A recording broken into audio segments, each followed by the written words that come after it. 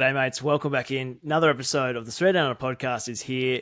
It's been a slightly disrupted past couple of weeks, but here we are. Alistair, you're checking in all the way from Africa, middle of your honeymoon. You don't care.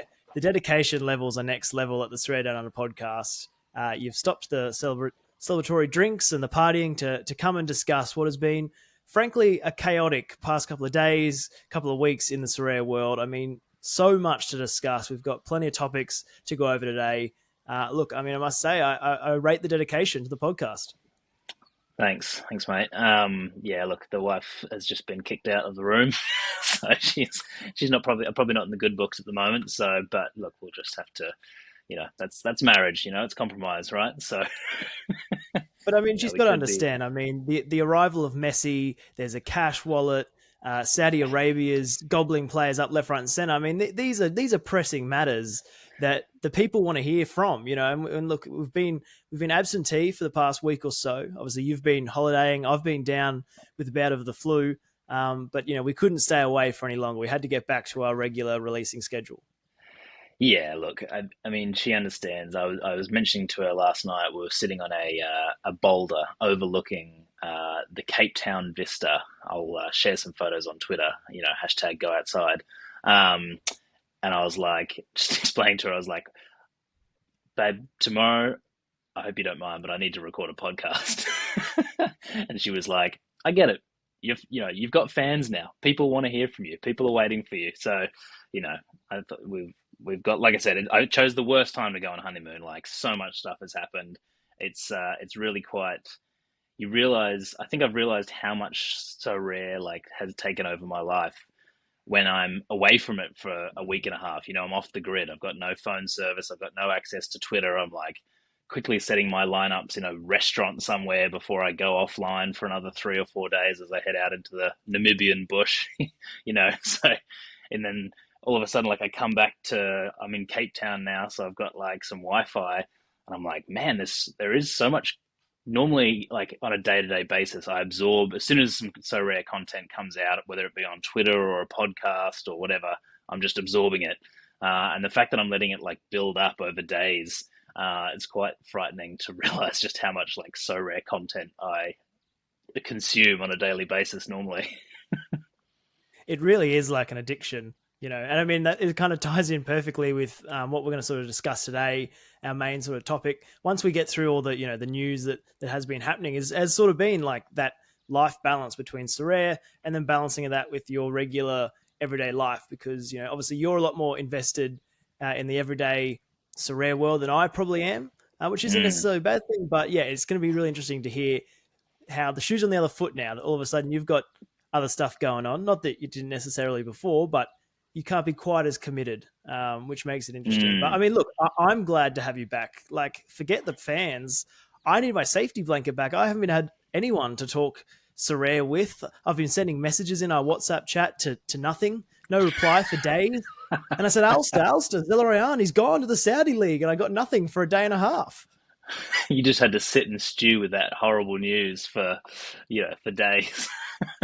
And like, I didn't want to move on to the next topic, but then something else would happen. So I'd have to double, triple, quadruple message. And all of a sudden the Zellerian news, that's buried deep down in the past week's content. Yeah, I remember last weekend before the deadline, I did have a scrap of service, and I think you were messaging me about like who to put in your Cap 240 team. And I remember I sent you a message being, I think you were tossing up between Edison Flores and Mauricio Pereira for your Cap 240, and I was like, I think you should go Flores, and then it just was like sending, just never sent. So you didn't get any help from me pre-deadline. You made the right call, I think, in the end. You went with Pereira, of course. But yeah, I left you on the hang. I feel like a bit of a baby bird. Like you've pushed me out of the nest, and I've just had to learn to fly. I've had to learn to learn on my own. Yeah. Well, I mean, look, I think this has been you know, it's been a learning experience for you. I'm not always going to be there. And I think, like you said, you alluded to the fact that later on we're going to talk about what it takes to kind of successfully be a Sorare manager. And I think as we go into that, it'll become pretty painfully obvious that I think a lot of the time I'm holding your hand quite a lot through your so rare. Like the fact that you don't do your training lineups, you don't really follow, Twitter news too much. Like, anyway, we'll get into that. But I think it's been good for you to have a week and a half to just kind of like, yeah, tread the so rare world alone. Yeah, I have been training actually. Thank you very much. I've been training very hard, and I've Good actually been man. watching games. But I tell you what, Alistair, I've been watching games of one club only, and that has been into Miami. I can't look away. I mean, the Messi fever has been everything I've hoped for and more. Yeah, look, I've unfortunately I'm in a time zone now where the MLS games are at 2 in the morning. So MLS is my Europe now. So I haven't actually been able to watch any, but it is crazy just to see the turnaround in Miami's fortunes.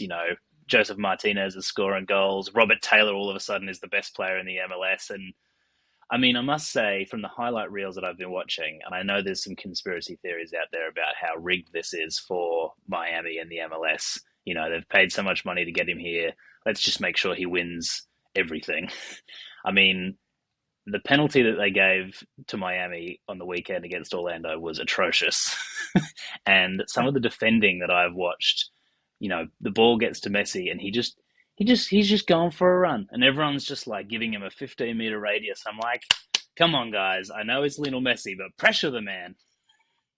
Yeah, well, I think that's the problem though. That Atlanta game was awful. They'd get on the edge of the box and they're allowed to run. They just ran through them. They were super passive. Mm, Look, I don't, conspiracy theory. You can go down a real rabbit hole, but I think it is. It's the presence, and it's like everybody mm, stops when Messi gets it, and that's why yeah. it's been great for my Joseph Martinez because you're just watching and two players they're just locked on Messi. He won't even touch it, and there's then other players are coming through and just easy finishes in the end. Mm. But yeah, it's. Can you give some clarification? I don't know if you've caught up with this while in Cape Town, but Joseph Martinez went down for that penalty, which it shouldn't have been a penalty, but he never got a penalty earned on Sorare data. Okay, Simon. I'd like to just recap you on the conversation that the Sorare community has had about 8 million times over the course of the past 2 years. It's very clear that you've got your finger on the pulse here. You're a donut. You're so stupid. You're so stupid. You're stupid. Dumb. You do not get a decisive if you also score the penalty. You do not get a decisive for penalty one if you also take the penalty, which, whether that is a good thing or a bad thing, that's up for debate. There's a lot of controversy, or debate, not controversy. There's a lot of debate around the decisive they give for penalties won, etc. But yeah, no, he won the penalty. He also scored it, so he only gets the goal scored. Okay, at least I was a good 120 points off hitting threshold anyway, so I didn't get too much more stuff, but Yeah. could have been a lot worse. Oh dear. But I And mean, great to see Joseph Martinez on pens over Messi. I mean, that's an alpha move. that is an alpha move. I think they just needed to give Martinez a goal because he's apparently forgotten how to score. But look, he's back. His Absolutely. price is rising. One to potentially sell Hay later on. We'll see. Spoiler alert. Now, Alistair, my luck has sort of turned. I think Okay. it could have been the end of my Sorare journey. We've said this a few times, but my God, am I glad that I sold Lucas Zelarayan when I did because I did not expect to wake up to that news. Well, I mean, there was a rumor, but I mean, there's rumors every day about players going to Saudi, and I remember I saw that, and I'll be honest, my first instinct was I can totally see Zelarayan going to Saudi. Like, I don't know the man, but he just seems like the kind of player where splash a bit of cash and he's in. Um, but yeah, it was definitely a shock. It really drove home that idea that no one is safe in this Saudi transfer window. And I mean, you initially had pitched the idea for this podcast as being like, let's recap the transfer window. It's all done now. And I was quick to correct you and say, no, that's just the MLS window. The European window still has like a month and a half to go. So we are absolutely not out of the reeds yet. It's scary times. I'm in danger. It's terrifying, and it's just like there's going to be no one left, man. And given the fact that Sorare have said that they're not going to be covering Saudi this season, Mm. I mean, yeah, I we had the I'm well, we I'm very much. I heard. I think it might have been SR Monkey on Twitter who made the point that, like, look, if Zelarayan went down with an ACL injury, and you knew he was going to come back in 12 months' time, would you pick up a Lucas Zelarayan at 0.03 or whatever his price is at the moment for the rare? And I was like, it's a very good point, because you've got to think that after 12 months, as long as the Saudi League doesn't break the matrix, which, as they keep buying more and more players, surely that makes the league a lot more balanced and a lot more competitive. And you'd have to think that, you know, it potentially could be on par with like an Eredivisie or a Premier League, where there's like the really top teams and they beat up on the lower teams, the Farmers League teams. That's going to happen. But potentially, if the Saudi League is not matrix breaking, as people are worried about, you'd have to think that in 12 months' time they try and license the league. In which case, your Zelarayans, your Benzemas, your Brozovic's, they're all hot property again. And all of a sudden, El Halal is the new Ajax. So I don't think it's a bad strategy to go in and pick up. Maybe not. I think some of those bigger players that's kind of priced in, but your Zelarayans, if you can get a Zelarayan for 0.03, sit on it for a year, and then hope that they bring on the Saudi League, it could definitely pay off. Yeah, and I can definitely see a future where the Saudi League is on Sorare. I mean, look at the money that they pay the players. Like, I can definitely see, Yeah, anything more money into that league, I can definitely see them getting behind. exactly. And I mean, I think if the Saudi, if Sorare were to sit down with them and say, look, you've spent all this money on these players, you want to grow this league, this is a fantastic way to get, people from Europe, people from all over the world to show some interest in the Saudi league. Because at the moment, I think everyone kind of goes, oh, the players are dead from a Sorare point of view, but also, like, people don't have an interest in the Saudi league. People are kind of like, no, I'm not going to watch it. The player is just gone now. But, political issues aside, if they've got all these amazing players, it could be an incredible league to watch. Like, who knows in 12 months' time. But with better. Like, yeah, it's like the MLS, but with a few more, like, skeletons in the closet, so to speak. Yeah. A few more buried bodies. And again, it sort of fell by the wayside because there's been so much happening. But I mean, let's talk about the Mbappe almost transfer. I mean, that was just incredible. €22 a second, apparently, his deal is worth. Not bad. What are your superpowers again? I'm rich. No, I don't think it's going to happen. But yeah, I mean, that's ridiculous. I mean, money's not even money means nothing at that point. Like, yeah, you're right. It really doesn't. But I think that was someone made the point on that as well. It's like, if he does go to Saudi, buy yourself an Mbappe, because either they're going to cover the Saudi league, or there's no way, if he's getting paid $1 billion a year, there's no way he's going there for more than a year. Because like you said, money does become nothing at that point. And I think he would go there, make a cool billion, and then go back to playing Champions League football. Like, he's Mbappe. So you couldn't really blame him for being like, right, 12 months, stick it out in Al Hilal, and then back to Real Madrid, So if you ever wanted to buy an Mbappe, you better hope that Saudi rumor comes true. It's funny how quickly the Sorare landscape can change. Like, it's constantly evolving, and just think where we were a year, two ago, you'd be worried about your challenger players getting a move to Champ Europe and being on the bench. But then now it's a completely different kettle of fish, in the fact that just literally dozens and dozens of the game's best players are all now just dead, completely gone. Yeah. It's been fun to watch. Like, at first it was like, oh, look, it's just your Benzemas, it's your Jordan Hendersons, it's the players that are, kind of in the twilight of their career. And then, all of a sudden there's these like young up and comers that are getting big moves to Saudi. And it's like, oh, like, okay. So I actually had my first Saudi strike. I've been guilty of, on this podcast before, of feeling invincible. Whoa! Ha ha! I am invincible! Invincible! You... Ow! I was like, look, I only have a pretty small gallery. I'm all blue boys. I'm all super rares. No one I can think the touch words me. you've thrown out before, you've thrown out the words, I'm the greatest Sorare manager of all time. Just to quote.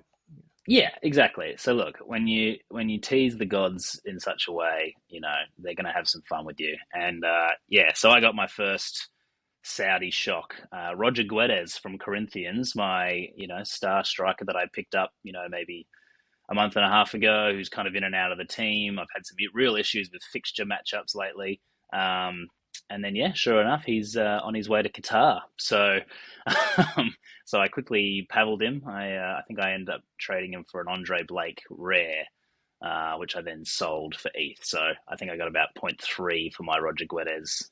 So took a nice 50% loss on that one, but I'm kind of glad that I panicked and got rid of him. I don't think I really can afford to be sitting on a worthless super rare for over 12 months. Especially Roger Guedes.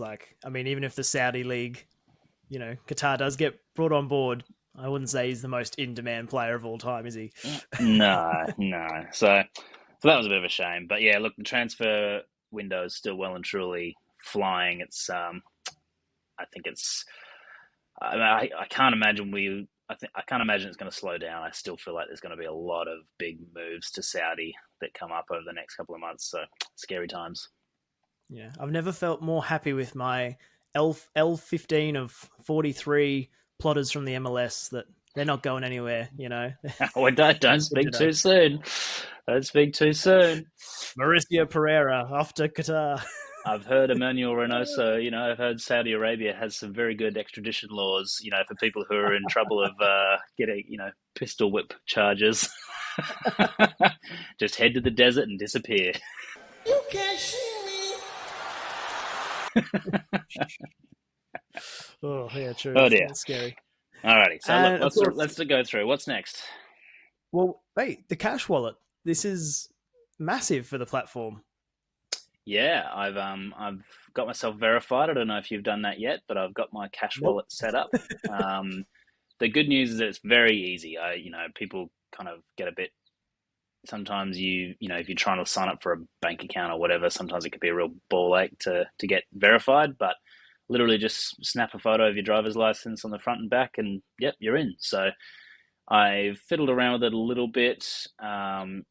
I'm assuming you haven't looked into your settings yet, but you can actually change your settings as to whether you want to be paid in cash or paid in ETH or both. I don't know what cash and ETH, it says accept cash and ETH. I'm assuming that just means people can send you ETH or they can send you cash and they'll just go to your respective wallets.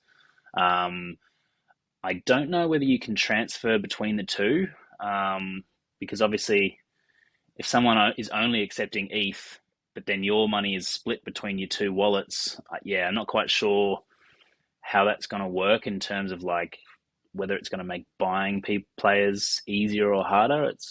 That's still yet to be seen. But yeah, it seems like it's been very seamless so far. So I can only see it being a great thing for Sorare. Yeah, I'm super pumped to have it on board because I'm not a big crypto guy. I would prefer to have it in cash. Now, can I take it all out of Ethereum now? Can I put it into cash and have it as a completely cash wallet? I believe I would think so, because again, this comes back to my question of if someone's only accepting cash and they don't want to accept ETH, if you only have ETH, do you then have to put more money into your cash wallet, or can you transfer it over? So I need to do a bit more research into whether that's possible, because a player like yourself, you could just change all your settings to I want my thresholds if you ever win any in cash. I want all my players, when I sell a player, I want to receive cash. You can be a completely cash boy from now on. Because taking my balance off the platform has been quite a challenge. I would kind of like to just be able to have the money and be able to take it in and out as I please. Yeah. Did you ever get the money that you withdrew last time? No, it's still stuck in a crypto wallet somewhere. Yeah, look, I'm checking in on it soon, I guess. But it might be the best decision you ever made. In 10 years' time, you might be where's that $1,000 that I withdrew? Oh, it's worth $6 billion now. Now, where did I put the password? Yeah. You'll be that guy that's like trawling through rubbish dumps looking for his Yeah, looking for his hard drive for 20 years. yeah. But I need to actually get it out because fortunately, I think Ethereum stayed pretty level, so it hasn't.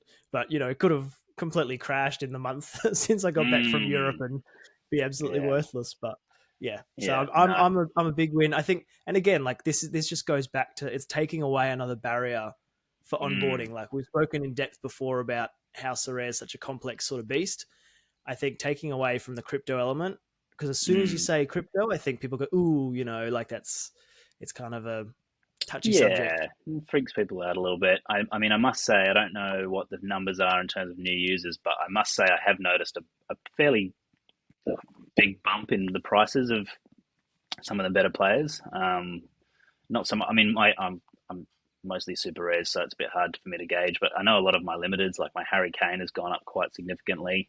And I was looking through the rankings of the top 20 players at the moment, and yeah, they all seem to have had a bit of a boost in terms of prices. So I think if they combine that with a really strong marketing push, with the Premier League season about to kick off, yeah, it could be. I don't want to say it, but it could be another moon. Could be another moon. We're going to the moon, boys. Out on the moon, baby. I'm pre signing that authorization for the Lambo loan. Let's go. There it It's a is, sure Alpha thing. Rathbone. You heard it here first. We're back. We're back, baby. I'm not fucking leaving. No, I love No, it. it is cool. I mean, and it's great. Like, it's so good having Europe back. Like, there's a bit more of a buzz around the community. I think at the moment, everyone's starting to get their big boys back. Those that are left, Mm, anyway. I mean, I'm super excited. I mean, not much has happened for me in the past couple of weeks with the American Boars, but few yeah, key pieces coming back, so it's exciting. yeah. I mean, my last couple of weeks has just been horrendous. Basically, every one of my MLS goalkeepers has crumbled under the pressure of the League's Cup and have conceded 3 or 4 goals per game. So all of my lineups have been pretty much dead in the water from the outset. Um, that combined with Japan going on a break, I've just basically struggled to put a team out each week. So I'm definitely looking forward to full fixtures. The only thing I must say is when you kind of thinking ahead and you're like, right, I've got all my best Europeans there ready to go. And then you go, oh shit, so does everyone else. And it's that realization of, oh man, I'm up against like Mbappe's and Kimmich's and Griezmann's and stuff. Like, that's depressing. Yeah, I But mean, and the sweat. Like, if your players play early on in a game week, we've talked about how stressful it is watching players catch you. Imagine that. Yeah, you feel like, oh, fantastic. I've got PSG, Liverpool to go. Like, yeah. yeah, yeah. I mean, I guess the saving grace is that the prize pools should get a pretty healthy bump, especially with the new season cards coming out pretty shortly, you'd imagine. So I'm hoping that there's going to be, lots of prizes on offer coming up. Very excited. Mm. And the new Cap 240 as well, which would be interesting. Yeah, See how do that you goes. feel about? Well, this is a very interesting point. I mean, this kind of ties in with the training and the fitness side of things as well. I don't know how much thought you've put into that over the last couple of weeks since it was I'll announced. let you take a guess. Do you want to take a guess? Close to zero. That would be correct. Yeah. Continue. Okay, so we don't know the ins and outs of exactly how fitness is going to work, but the long and the short of it is that if your players play, they will lose XP. So the fresher a player is, the more XP they've got. So I think it's meant to be a mechanism to stop people from just rolling out the same stacks. I mean, look, ultimately it's just to make people buy more players, because if you've got more players, you can rotate them. You don't need to worry about fitness. So big kick in the face to someone like me who's just downsized to a pretty streamlined super rare only gallery, because now I've got to go and try and buy more super rares to rotate my players. So it'll be. I'm not angry yet. I'm not mad. I'm just disappointed. I will be angry if they release the details of it and it's particularly brutal. You play 1 week and that you lose a percent point or whatever. Or if it costs too many coins. Because I think the whole idea is that you can pay with coins to train them up so that they get more fitness or something. It's all a I bit. told you these coins would cause us issues. I've been on them from the start. You were right. Look, Started. you were right. Nothing good can come of this. They'll use them Yeah, against us. I'm telling you. you absolutely nailed it. Yeah, I mean, if it turns out that you've got to like spend a bunch of coins if you want to compete, and you up every week you're up against cards that have possibly up to 30% bonus on them in rares, like that's going to be a bit of a ball ache. But I think it ties in nicely with our main discussion point today, which is what does it take to play Sorare? And I think these new introductions are really going to I think it's going to frustrate a lot of people, but I think if you're willing to put the work in and like really pay attention to it, I think you can do really well. And I think particularly with the introduction of the new Cap 240 mode being 300 points instead of 250, if you've got a bunch of players that don't have any XP, you basically just, I mean, yes, you can now add that XP to your score, but there's still players that you've got to fit into that cap, so they're still going to be shit players. So if you aren't on the ball with making sure you've got as much XP as you possibly can for those players, it is going to be really difficult for you to hit that threshold every week. So again, there's two ways around that. You can either spend more money and buy more players, buy new season cards, buy the fitness boosts, all that kind of shit, or buy more players and try and rotate them around. So it's going to be tricky for people like you. I just don't understand the direction that Sorare are taking it though, because they've been so public about wanting to lean into this free to play, the pickup mode with the Premier League, bringing on these new users. So they're pushing that and they're preaching that, but then they're following up with an update which is making the gameplay more complicated than it was previously. So I don't understand if they're trying to make it like either commit to being a platform for those that are super invested in Sorare and super invested in football, but otherwise, like they're trying to push it the free to play and the easy pickup version, but then they're not helping those users in terms of actually learning how to play the game. Yeah, I think you're right. I mean, I think I did actually manage to catch one episode of the Sorare Data podcast recently. I've got about 9 backed up, ready to go. Because it turns out if you don't listen every single day, they quickly pile up. But Ladinho mentioned that like I think us existing users see it as it's overcomplicated. But new users will just be like, well, this is the game, and they'll just learn the rules of the game. And if Sorare are smart and they put out some good content about how to play the game, hopefully anyone who's coming onto it will just be like, oh, this is how you play. Same as any game. You pick it up, you learn the rules, and you play. So I don't know if it'll be necessarily overcomplicated, but where it is a bit concerning is like, yes, people can play free to play, and that's great. The idea is hopefully that you get them hooked, and then they start buying a limited team, and they buy a rare team, and they just kind of progress up through that progression chain. But if it's too hard to hit threshold, if it's too hard to win a reward, that's when people drop off. Like my friends who signed up over the last year or so that all kind of invested varying amounts, most of them all dropped out because it was just too hard to win. So if these new rules make it harder to just, you don't have to win the whole thing, but just to win anything, like, the $5 threshold, or, a tier 3 or a tier 2 every now and then, or a player that like give them a cherry. If that becomes too hard over the course of their first like 6 to 8 weeks on the platform, I can see a lot of people going, nah, this is fun, but I'll just stick with the free to play, or I'll just, this is a scam. I put all my money in and I've lost it all now. So, so I think that is worrying. So it'll be interesting to see whether these new rules make it easier or harder to win. And because like we live kind of different lives in terms of you do so much scouting and you watch so much football. Obviously you got into the platform earlier, but Sorare is such a big part of your life. For me, I enjoy Sorare. Like I love the platform. I fall in love with these players, but I've got a lot of other stuff going on. For me, it's always been. What are you saying, Simon? What are you trying to very subtly say? I've got shit going on. I've got places to be. I've got a life to live. Not like you fucking loser. I love you. You're a piece of shit, though.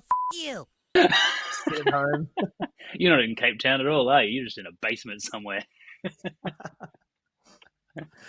But it's like, for me, like I'm not pouring the hours of research and things like that into it, but that doesn't mean that I shouldn't be able to play Sorare and enjoy the product. Whereas I feel like at the moment, if you don't do that and you don't have the research behind you, then it is kind of hard to win. And look, I can, whinge and moan that I haven't won anything, but to be fair, maybe I haven't put the work in to get the results.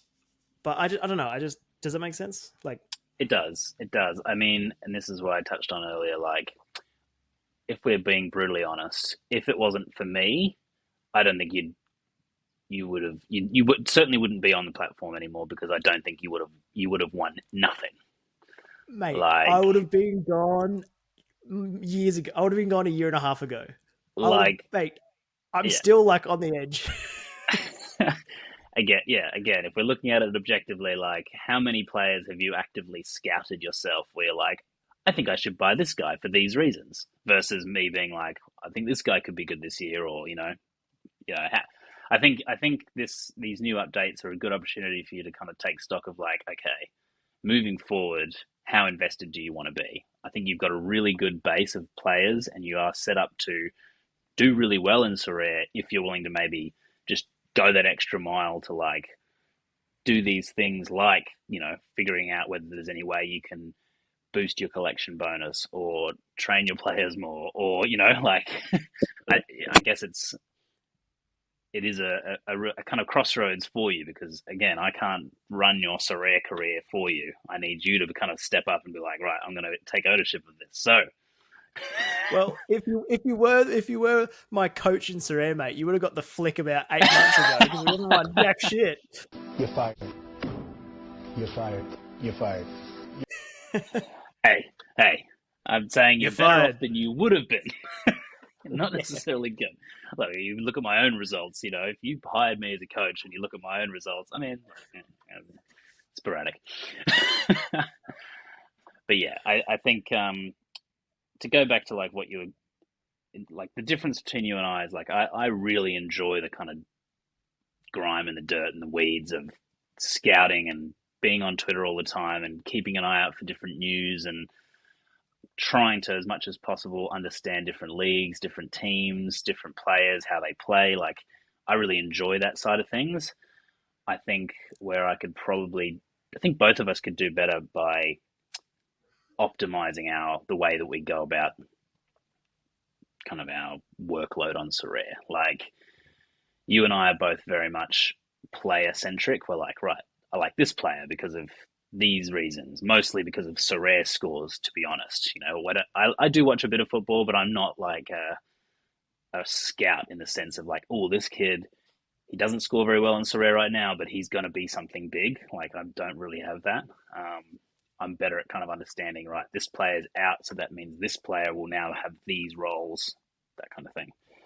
But I think we're both very scattergun. Like, both of our galleries are, like, players from the Jupiler League, MLS, Portuguese League, like, we're a bit all over the shop, and I think that does probably hurt us kind of more so than it helps us.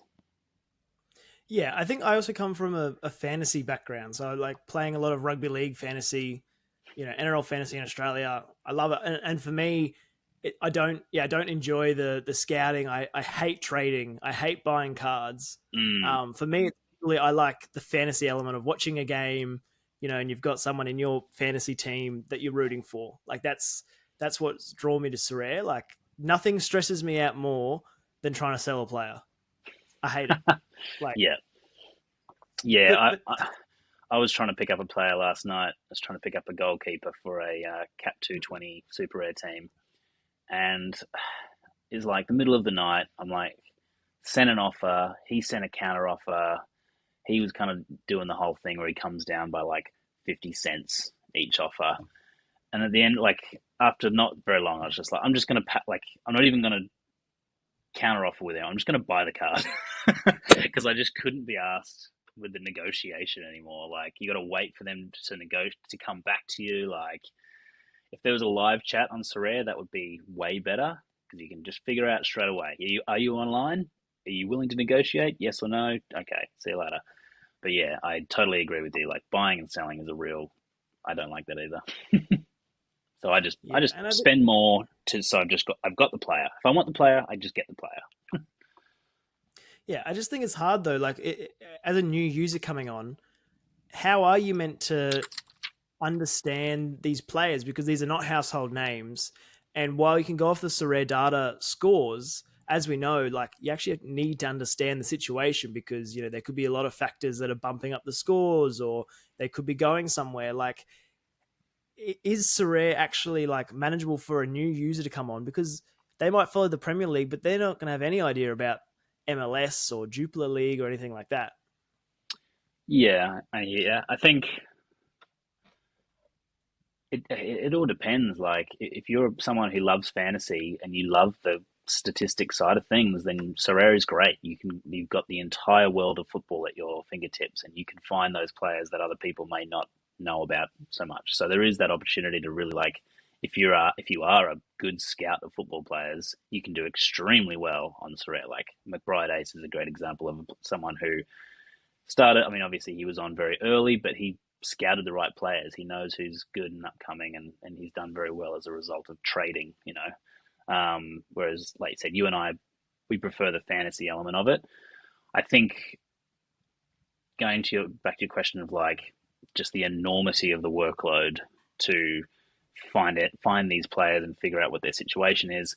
I subscribe to quite a few Patreons, and I find those are like brilliant because pretty much all of them, they actually offer their opinion on a particular player, a particular team, what kind of formation they're going to be running, what that means for the certain players. And I actually get quite a lot of great information, and a lot of the purchases I make are based on the recommendations of those Patreons, like Sorare Portugal, Sorare Japan, obviously is like the OG, I think. I think there's one for the Jupiler League now. But yeah, there's people are coming out who know these leagues inside and out. And going back to like optimizing our strategy, you and I would be way better to just pick a league, preferably one that we can watch in Australia. Pick a league, sign up to that Patreon, and just live and breathe that league week in, week out.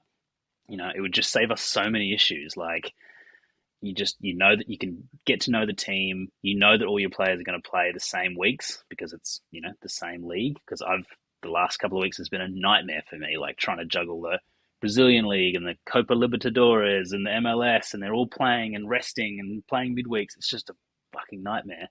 So, I mean, I'm in a bit of a tough situation, and I've got super rares. You can't just quickly move in and out. But I have been thinking lately, like maybe I just need to go, right, I'm all in on the Portuguese league, and I just buy players from the Portuguese league, get to know the teams really well, maybe do the odd stack here and there. I think it would make our lives so much easier.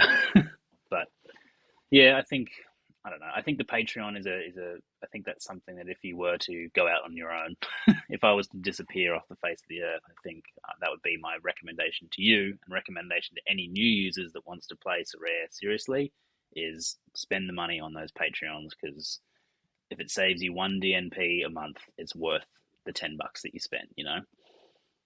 But I mean, also, there's a good point as well in the fact that I think you got to play within your means.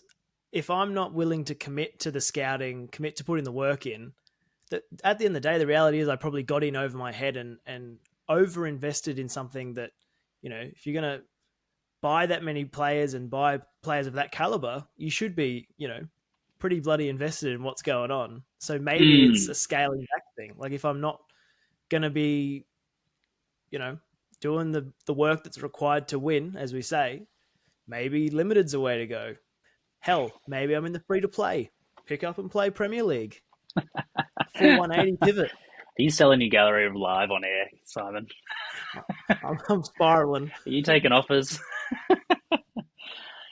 Yeah, we could talk about this for hours, because I think it is like I said, I love the elements of like, I love scrolling Twitter. I love going through Discord. I love, getting my Patreon updates. I love setting lineups. Like I love it, but it is very time consuming, and I do feel guilty sometimes, just kind of being on my phone, scrolling for news, transfer updates, whatever it might be, especially on like a Friday before deadline. So I love it, but there's also, there are issues that I'm aware of where it is like costing me other elements of my life. Like I think Channy mentioned he stopped playing MLS because he couldn't sleep. Like he'd wake up in the middle of the night to check his phone to see whether his players had scored. And we're kind of in that situation now with Europe starting. Like you've got to resist that urge to like wake up at 2 in the morning and check out whether Otamendi's kept a clean sheet. So Well, and when Sorare was flying, like we were well and truly like probably the scales were skewed in the favor of like we were just everything was Sorare. Like we were just absolutely we were living and breathing it there for a while. I think now that things have chilled a little bit, and if you 12 hours late to a transfer, their price is not going to have quadrupled by the time you check the Sorare Data app. Whereas in the past, like if you were a couple of hours late, like it's you've completely missed the boat. But that's a really interesting point because it's a hard one to try and find that balance, because while I want to enjoy the product, I don't want it to be my life. And like you said, you're on holiday at the moment, and when you don't have the time that is required to put into it, like all of a sudden you're prioritizing that over. I mean, you're in Africa, and you're look, a lion. No, I can't right now. It's deadline. Put the safari on hold, please. To get Wi-Fi here in the savannah. Going to Qatar. Yeah. Yeah, look, I think, we've kind of rambled a little bit on this topic. Like I said, there's a lot to go through. I think you and I could definitely sit down and look at how we could optimize our Sorare experience. Like I said, our gallery is very higgledy-piggledy with players from all over the shop. So I think we probably could look at how we could optimize it a little bit. Otherwise, I think the good thing about the European season is that you can kind of focus just on the fantasy side of things, and that you wake up and the scores are there and you hope it's good. Either it's good or it's bad, and you can watch the highlights if you want to. You don't have that live element of it. But I think you and I, if we're being honest, we just want to win. We've invested a fair bit of money into it.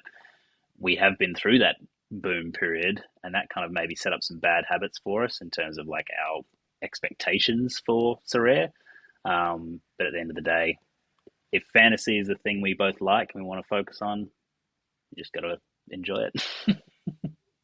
Yeah, enjoy the product for what it is. Yeah. Yeah. That's it. Yeah, play within your means. I think I'm going to enjoy the new updates because I think it's just more ways for me to kind of sink my teeth into it. It may cost me things in terms of my Sorare life balance. But yeah, it'll be very interesting to see how you handle these new updates and whether you start to really fall behind or whether you notice yourself kind of becoming a little bit more invested with your time. Yeah, it'll be interesting. Well, if in 5 weeks' time I've just gone MIA, we'll know that I've sold up everything and removed to a remote island. I'm not speaking to anyone. So just playing Sorare kickoff on a Saturday night. Got the lads around. Yeah. Boy, check this out. Mauritius versus Tonga. Alrighty, let's move on. I think it's time we bring back everyone's favorite segment. Everyone's favorite segment. It's time for a moon or Doon.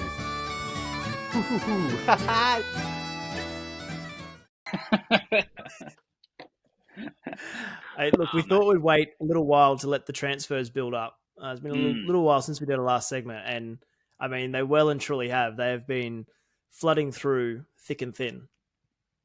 No, thick and thin. No, thick and fast. Thick and fast. Thick and Almost. fast. Almost. Thick and fast. Okay. Stop it. Get some help. The transfers have been coming in. Alrighty. Do you wanna do the honors and kick us off? Ooh, okay. All right. Diego Rossi to Columbus Crew. Ooh. Doon. Doon.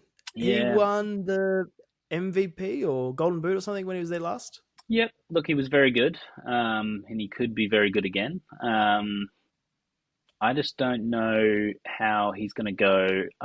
There's a potential that he could take over set pieces and stuff, but Zelarayan is gone, and obviously the Zelarayan-Cucho connection was so strong. is the Rossi Cucho connection going to be so strong? Are they both similar players, kind of competing for the same role? I don't know. It'll be interesting, but I just have a feeling that it's not going to be like the sure thing that everyone thinks it might be. Columbus are going to suck. Yeah. Dembele to PSG. Which Dembele? Usman? Yeah. Yeah. Moon. I think him and Neymar are going to crush next year. I'd love a Neymar for this coming season. Well, I'm certainly not buying a Neymar before the Qatari or Saudi transfer window ends, but I'd love a Neymar, and I think Neymar and Dembele up front, I think he'll do very well. João Cancelo to Barcelona. Oh, he's been bouncing around, isn't he? I don't know a lot about Barcelona, if I'm honest. But I'm going to say Moon. I think he's class. So I think he'll do well in Barcelona. I mean, they're Barcelona, so he should crush. Yeah. Robert Sanchez to Chelsea. Do you have any thoughts on that one? I'll say Moon. Great. I think he's awesome. I think that's an awesome move for him. Okay, great. I've got to be honest, I don't know a hell of a lot about Robert Sanchez, so I'll pass on your well wishes to him, mate. thank you very much. No stress. Final one for me. Well, I've got a few more, but before I throw over to you, Sure. Lucas Moura to St. Paulo. Ooh, the Brazilian League. Oh man, I don't know. I don't know about the Brazilian League, man. I've just been burnt so many times with that league. It's just you can't draw any. You might think a player's good, and then they go to the Brazilian League, and all of a sudden they just become something weird. So I'm going to say Doon. I don't know. The Brazilian League is strange. As someone who's had quite a few players move to the Brazilian League and then all of a sudden start sucking from a Sorare point of view, I think I see it as a bit of a graveyard. So I'm going to say Doon. Okay. Lucas Moura, down to the depths. Alrighty. Gonzalo Ramos to PSG. I'm going to say Doon. Okay. Up front between Neymar and Dembele. Is he definitely going to start, though? Probably not. I mean, they paid a fair bit for him, I suppose, but... Yeah. I think it's 60 million or something so ridiculous. I'm going to say Doon. Can I say Doon? Okay. Yeah. I just think, I think he'll be part of the rotation, but that he could smash that. I don't know. Could be a bit of a Man City issue. Alrighty. Vinicius Souza to Sheffield United. Really? Is that confirmed? No, it's a strong rumour. Sheffield are back in the Prem, yeah? Yeah.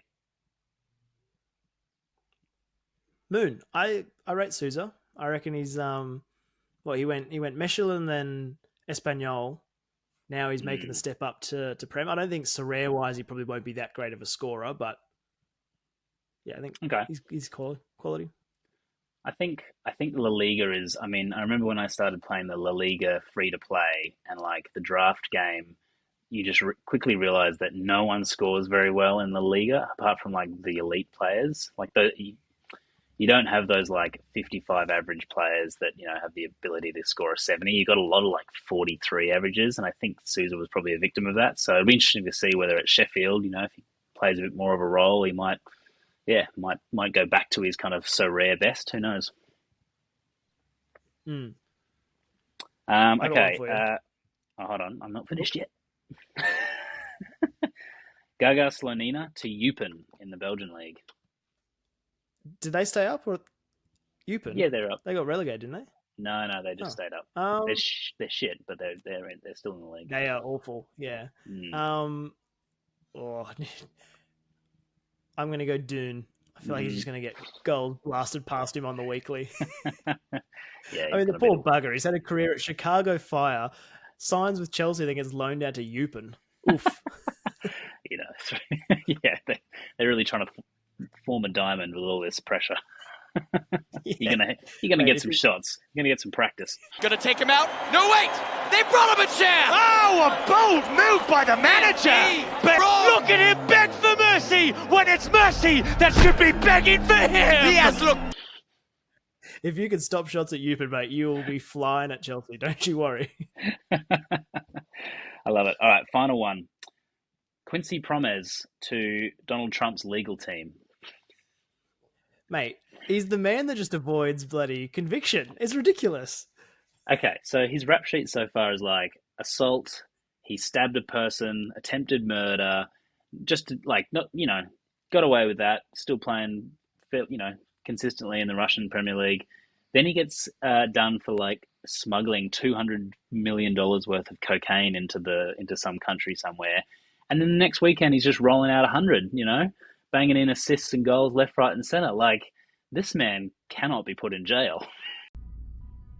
You can't keep getting away with it! He can't keep getting away with it! He won't. Hey, all of a sudden, pistol whipping a kid doesn't sound so bad. Just saying. Oh, man, I mean, I'm so tempted to buy one because I think he's just untouchable at this point. I mean, if he hasn't been put behind bars now, he never will. I mean, Quincy Promes to the moon. Oh, Get a super rare. he's got a good lawyer. Terrifying, man. Yeah, good lord. All right. Okay, have we covered everything? Oh, take a breath. I think, yeah, it's been a fair bit to unpack. Who would have thought so much could happen in just 2 weeks since our last proper ep? I mean, I've got some buy lows, sell highs. Do we have time? Oh, you've got some Bigelow's sell haze, do you? Yeah, look, I mean, my honeymoon hasn't been all wine, roses, and romance. I'm still keeping my eye on the old scouting mission. All right, we'll roll through these pretty quickly. First one I've got here is Jose Font. I think he's probably in his mid-60s by now, but he was playing, I think he was the captain of Lille last year. He has gone back to Portugal to play for Braga, who are like the kind of fourth best team, just kind of like the Tottenham of the Portuguese Premier League. He's going to be their captain in the centre back role.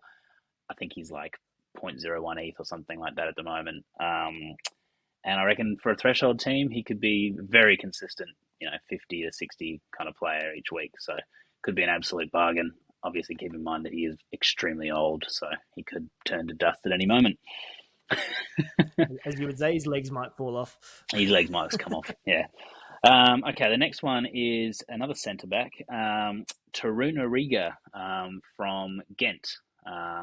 He played for them towards the back half of last year and was pretty, inconsistent, but he has some real peak scores in him. Like, he gets up into the box quite a lot. He gets a lot of assists and goals, especially for a centre-back. Made his season debut last week. Obviously, the Jupiler League kicked off. I think he scored like a 90, got a goal or assist. Might have been an assist, actually. But yeah, I was watching the highlights and he's a bit of a machine. Like, he's very kind of physical and wins lots of duels and seems pretty strong back there. So I think Ghent are going to do well this year. And if he's their starting centre back all year, I think he'll do very well. And I think you can pick him up for about 0.1 ETH at the moment. And final one is an oldie but a goodie. I mean, as I say this, I realise that I'm breaking one of the most important commandments of Sorare, which is do not buy old goalkeepers. But I can't ignore Takanori Sugeno from Consadole Sapporo. I know it's a bad idea. Sinful boy. It's a bad idea. Boy. I know it's a sin. I think people are really sleeping on the Asian League at the moment. I saw that Cecchini was given out as a tier 2 last week. I think people are assuming that the Japanese and K-League and MLS season is over because European season is starting. But that's not the case. And I think you can buy a Sugeno right now for like 0.06 ETH, and I mean, he is old, tremendously old. But they loaned out their other keeper to another team. So Sugeno is it. Like, as long as his legs don't come off, he's the starting keeper, at least for this season. And, you probably won't get him for much longer than the rest of the season. But for 0.06 ETH, if he allows you to roll out another, like a 240 or a 270 team each week, I think if you're in the market for a cheap goalkeeper, it is a sin, but it could be worth the juice. Spoken like a true sinner. Go straight to the confessional booth, mate. Come on. I know. I'm bad. I'm real bad. And just a quick bonus one. It's not really. I mean, well, I think it's a buy low. Emmanuel Reynoso is still going for like 0.25 ETH, and he, I think, is probably one of the best cards on the platform right now. Obviously, he could go to jail at any moment, but the man is like banging out 70s without a decisive, and he's getting a lot of decisives. So, like, he's getting, if you didn't cap it at 100, I think he's scoring like 120, 130 points most weeks.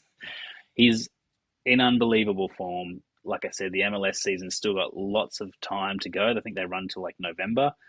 So for 0.25 ETH, I don't think there's many better players out there.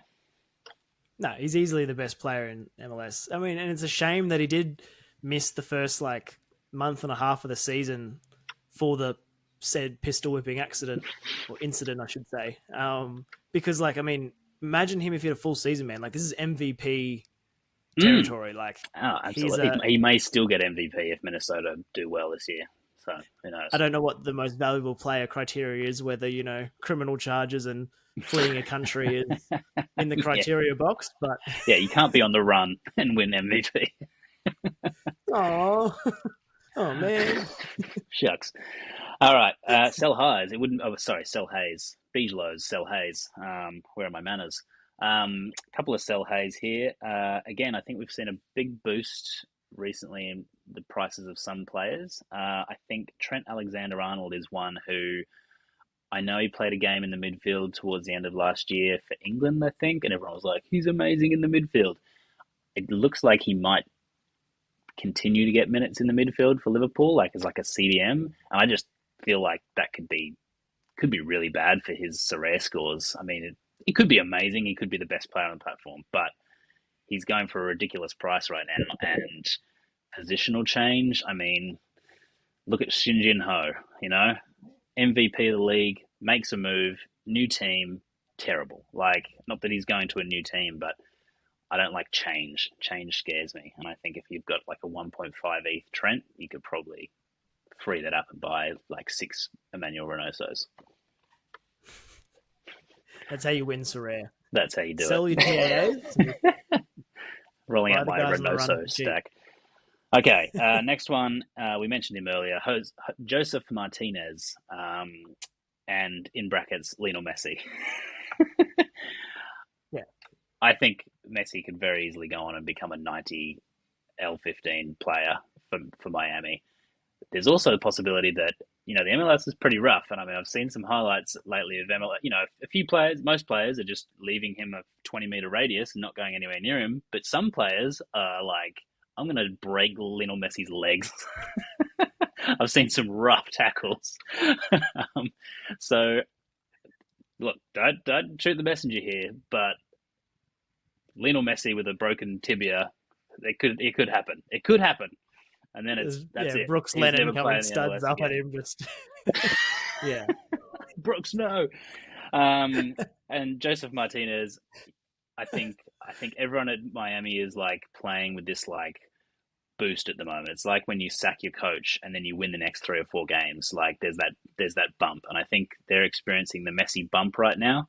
And I think hopefully the MLS stops rigging the competition so that Miami win. And when they do that, I think teams are going to figure out what they need to do, whether it's putting more pressure on Messi, actually having someone mark Joseph Martinez. Anyway, I think everyone, and this could go the other way, I think everyone's like, Joseph Martinez is back. He's playing with Messi. He's going to score a goal every game. I don't know. He still hasn't been the Joseph Martinez that he used to be. So he could definitely have a regression. That's a really good point, I reckon. Like the Messi bump. It is so true, actually. Like they'd be just flying high at the moment. Everyone thinks they're untouchable. And we see this all the time. Like even when a new team enters the competition, I mean, St. Louis City have come in, it's their new first team year. Bump. They're going great. I can guarantee you next year that they're going to be absolutely awful. Yeah, and you see that's that it. in a lot of sports. So I could definitely see that happening because at the end of the day, it is still Miami. I know they've brought in a lot of players, but like let's not forget how bad they were 4 weeks ago. Like they Mm. were awful, you know. So yeah, look, as a Joseph Martinez owner, I'm ready to click the trade button because I bought him so that his price would go to the moon when Messi did sign. Mm. Hasn't quite happened, but if I can get somewhat back to solid ground, then make it worthwhile. Love it. But just quickly on Miami, they're last, right, or second last? Oh, I think they're They probably were, climbing the table. They've only had like 2 games since Messi's been there, and they've won both of those. yeah. So. But can they make finals? Like, Yes, is like they will. They will make finals. you reckon they're a long way down? There's a lot of They season to are, go. A lot of season to go. mate. They're last. They're dead last. They're on 18 points, and then they're 12 points behind DC United, who are in ninth for a final series playoff. Yeah, I mean, I think there's a lot of games left. I think you've seen the ladder change so much over the last couple of weeks. I'm saying it right now. I think Miami will make the finals. They won't win MLS Cup though. Ooh, you don't reckon? No, they'll make the finals and then they'll bow out in the knockouts. Yeah. Alrighty, look, we've hit the hour mark. I think we should probably cut it off. I mean, I don't want to panic you, Simon, but have you put your teams in? I think the deadline's in like 8 minutes, so you should probably get onto that. Oh, okay. I'll probably go do that now. On that note, let's cut it. Thanks, mates. It's good to be back. I'll keep you guys updated with some Africa teams. Simon's about to, confirm everything we've just talked about how useless you are at Sorare. Alrighty. All right. We'll catch you guys Adios, next week mates. if I'm still here. Bye. I don't even know.